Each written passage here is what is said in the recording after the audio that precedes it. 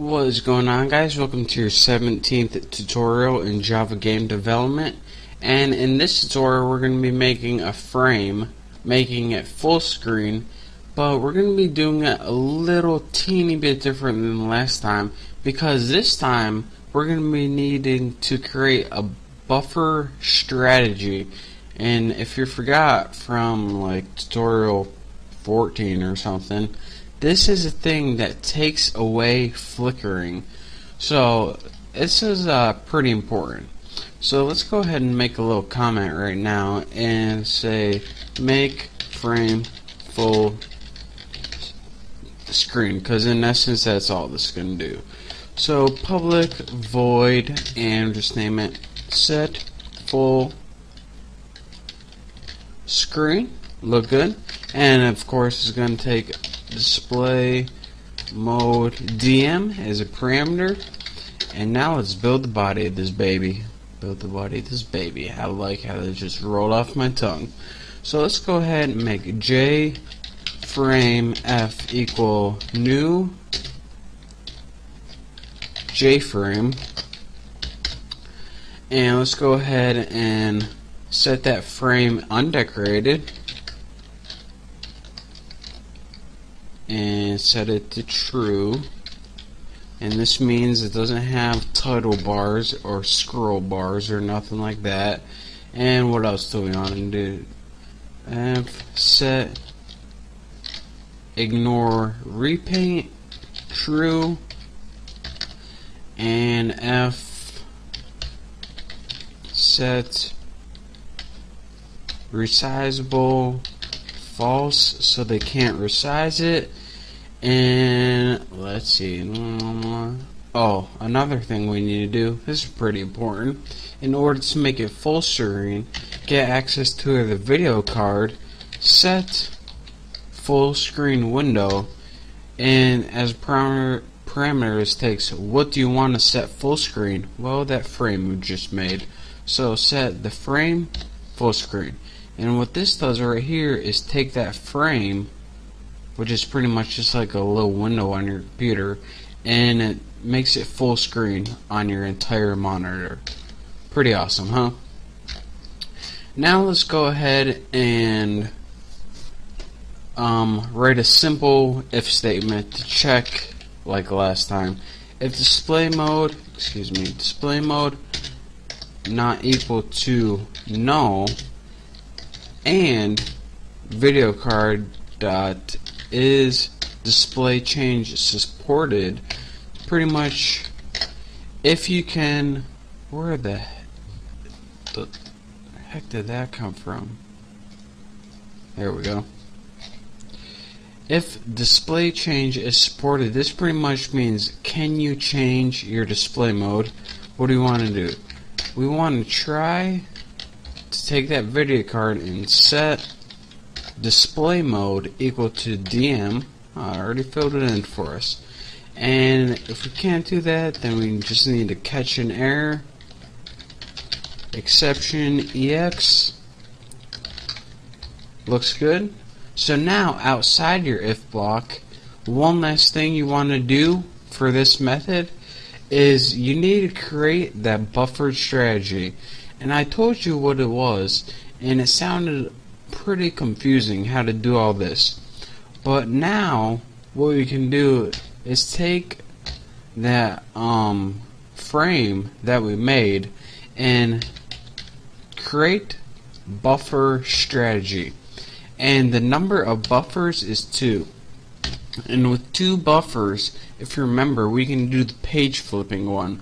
So instead of just having one buffer to draw off screen and copy it on our window, we can have 2 pretty much separate pieces of panels to draw off screen. And then we can just draw one, point to it, and that's what shows up on our screen. Then when the other one is ready, have that one show up on our screen. And instead of writing all that code about what buffer we want to show up on our screen, the only thing we need to do is throw in a couple methods, and this is one of them.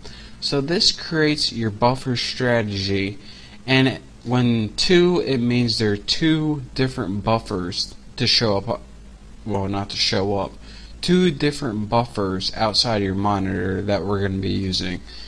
And, well, that's it for this method, really. So now, aside from this method, what we need to do is we need to get graphics to display. And in essence, later on in another class, we're going to take that graphics object, which is G, and we're going to set it equal to something.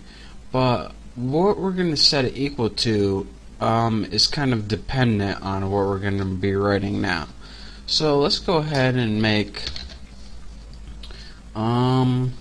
we will set graphics object equal to this. And by this, I don't mean the keyword this, I mean whatever this method returns, that's where we're going to be setting that graphics object equal to. So public graphics 2D, need that D to be capitalized, since it's going to return a graphics 2D object, since we need to set it equal to it, and just name it get graphics. Easy enough. I got like the hiccups or something. It's annoying. So get graphics, bam. So let's go ahead and get that window. W window equals vc.get full screen window. And what this does is, if I type that correctly, it stores your entire thing that's on your full screen into the object or variable W. How awesome. So now we can do things like test things on W. So if W is not equal to null, so if actually you have something you're looking at, what do we want to do? We need to get buffer. Let me make sure I type this right. Buffer strategy. Did I type that right? Yep.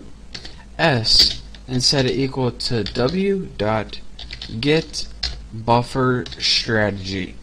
And what this does is, now that we have that window and we know it's not equal, or excuse me, we know it has some kind of information in it, we set this object buffer strategy equal to the get buffer strategy in that.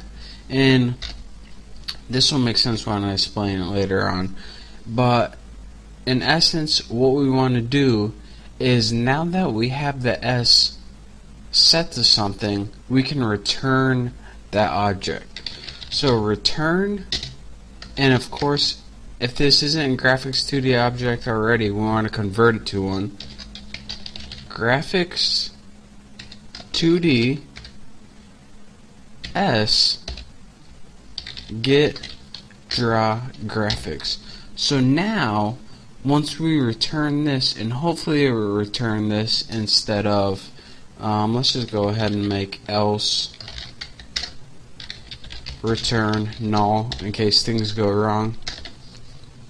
So now what we're going to do is have that G, and we're going to set it equal to graphics 2D. So now that G is going to be a graphics 2D object. So now we can call graphics 2D methods on it. And of course, s.getDrawGraphics. So that's pretty much all it's doing for right now. And let's see what other methods.